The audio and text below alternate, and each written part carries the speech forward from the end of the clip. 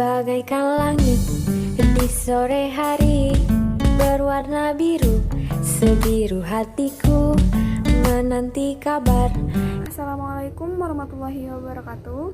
Perkenalkan, kami dari kelompok 4 dalam mata kuliah pengantar pendidikan. Di sini kami membahas paradigma sosial kultural. Sebelumnya, izinkan saya memperkenalkan anggota dari kelompok 4. Yang pertama, ada Aizahra Isma Zaurida. Yang kedua, saya sendiri, Alma Yultiara Dewi. Yang ketiga, ada Linda. Keempat, ada Hikmah. Yang kelima, Nurmida. Keenam, Nurul Hidayah. Ketujuh, Rizka Damayanti. Dan yang terakhir, Elsa Elisantri Tanpubolan.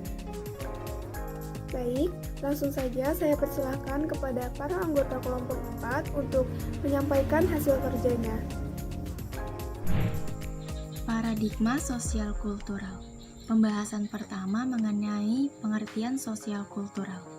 Menurut Kamus Besar Bahasa Indonesia, arti kata sosial kultural adalah berkenaan dengan segi sosial dan budaya masyarakat. Sosial kultural adalah letak suatu wilayah atau negara berdasarkan keadaan sosial dan budaya daerah yang bersangkutan terhadap daerah di sekelilingnya. Dalam memahami konsep sosial kultural, banyak pendapat yang menjelaskan tentang pengertian sosial kultural. Hal ini kita bisa lihat dari beberapa pendapat para ahli seperti Suekanto dan Ranjabar. Suekanto menyatakan bahwa sosial kultural adalah suatu wadah atau proses yang menyangkut hubungan antara manusia dan kebudayaan, di mana proses tersebut menyangkut tingkah laku manusia dan diatur olehnya. Terjadi proses yang saling mengikat antara unsur-unsur kebendaan dan spiritual. Selanjutnya, Ranjabar menyatakan bahwa sosial kultural mengandung makna sosial dan budaya. Di sini sosial diartikan sebagai masyarakat atau kemasyarakatan, di mana masyarakat adalah segala sesuatu yang berhubungan dengan sistem hidup bersama atau hidup bermasyarakat dari orang atau sekelompok orang yang di dalamnya sudah tercakup struktur, organisasi, nilai-nilai sosial, dan aspirasi hidup serta cara menghadapinya. Budaya, kultur atau kebudayaan adalah cara atau sikap hidup manusia dalam hubungannya secara timbal balik dengan alam dan lingkungan hidup yang di dalamnya sudah tercakup pula segala hasil dari cipta, rasa, karsa, dan karya, baik yang fisik material maupun yang psikologis, idil, dan spiritual. Dalam hal ini, kebudayaan merupakan perilaku yang berulang-ulang yang diperoleh dengan menggunakan panca indera melalui proses belajar, memiliki nilai dan norma yang bersifat mengatur tingkah laku individu dalam kehidupan kesehariannya, sehingga menjadi suatu hal yang tidak terpisahkan dari pribadi masing-masing. Adapun pengertian lain tentang kebudayaan adalah keseluruhan sistem gagasan, tindakan, dan hasil karya manusia dalam kehidupan masyarakat yang dijadikan milik diri manusia dari belajar. Materi selanjutnya akan disampaikan oleh teman saya yang bernama Nurmida. Di sini saya akan menjelaskan tentang konsep sosial kultural. Dalam memahami konsep sosial kultural, banyak pendapat yang menjelaskan tentang pengertian sosial kultural. Hal ini kita bisa lihat dari beberapa pendapat para ahli seperti Suekanto dan Ranjabar. Suekanto menyatakan bahwa sosiokultural adalah suatu wadah atau proses yang menyangkut hubungan antara manusia dan kebudayaan, di mana proses tersebut menyangkut tingkah laku manusia dan diatur olehnya. Terjadi proses yang saling mengikat antara unsur-unsur kebendaan dan spiritual. Ranjabar menyatakan bahwa sosiokultural mengandung makna sosial dan budaya.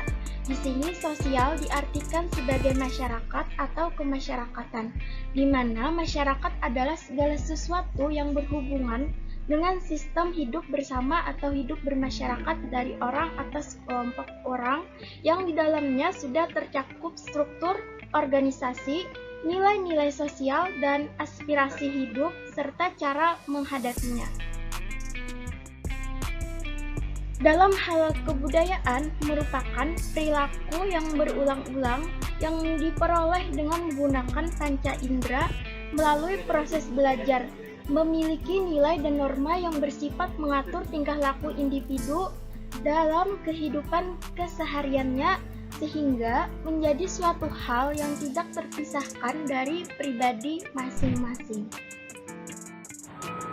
Selanjutnya saya akan menerangkan tentang teori sosial kultural.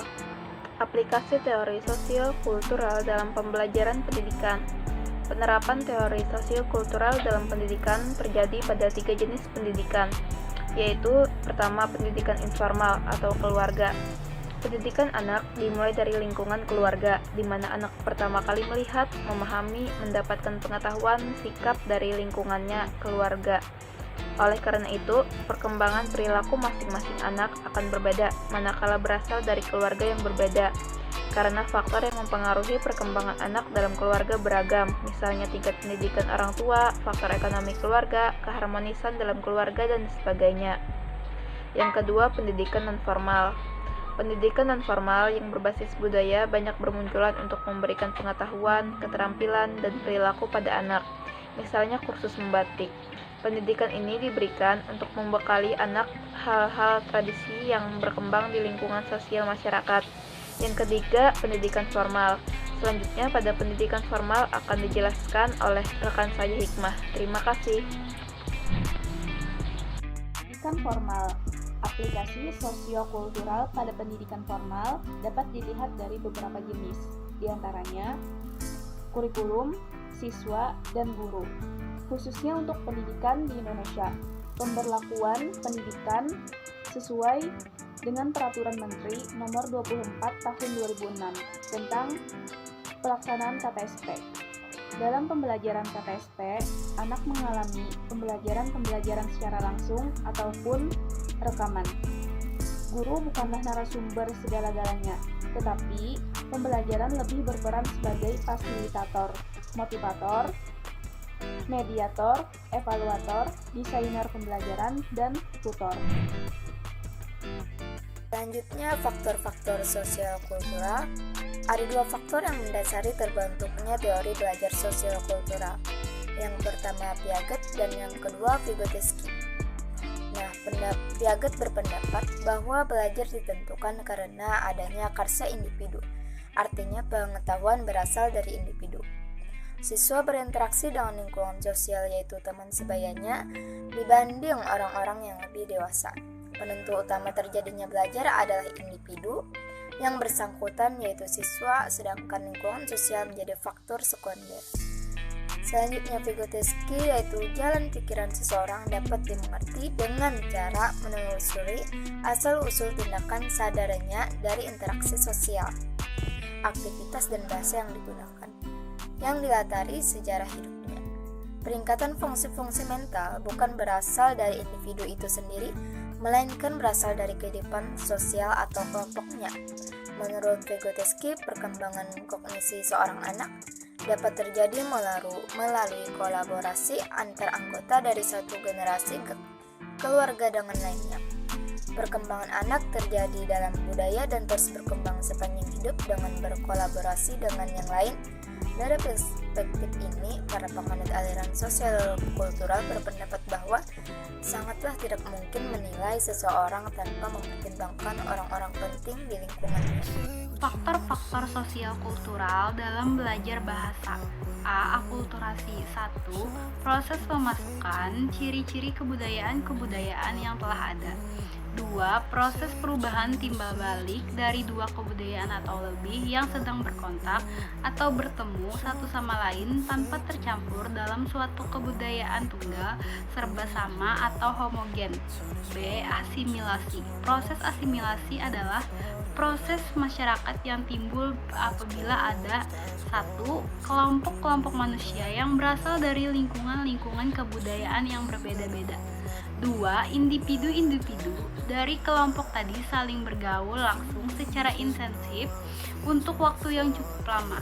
Ketiga, kebudayaan-kebudayaan dari kelompok-kelompok tadi masing-masing berubah saling menyesuaikan diri menjadi satu.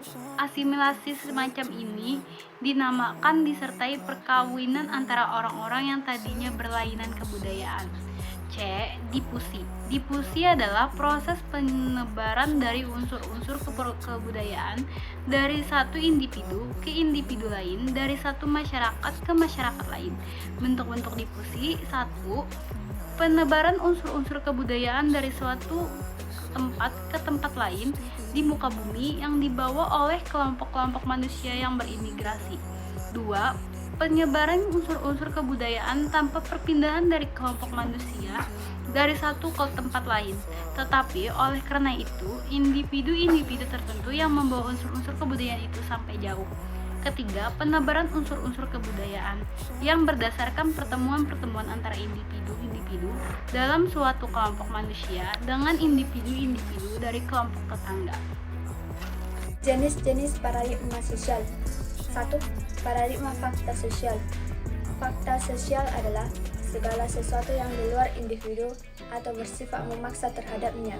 Fakta sosial dibedakan menjadi dua.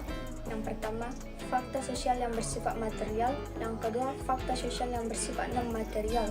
Yang kedua, paradigma definisi sosial. Paradigma definisi sosial mengarahkan manusia sebagai orang yang aktif dalam mengartikan kehidupan sosialnya sendiri. Paradigma sosial ini mengarahkan perhatian kepada bagaimana cara manusia mengartikan kehidupan sosialnya. 3. Paradigma perilaku sosial. Paradigma ini memusatkan perhatian tingkah laku individu yang berlangsung dalam lingkungan yang mengakibatkan perubahan tingkah laku selanjutnya. Terima kasih kepada kelompok 4 yang sudah mempresentasikan hasil kerjanya. Demikian presentasi video dari kami. Jika ada kesalahan mohon dimaafkan. Wassalamualaikum warahmatullahi wabarakatuh.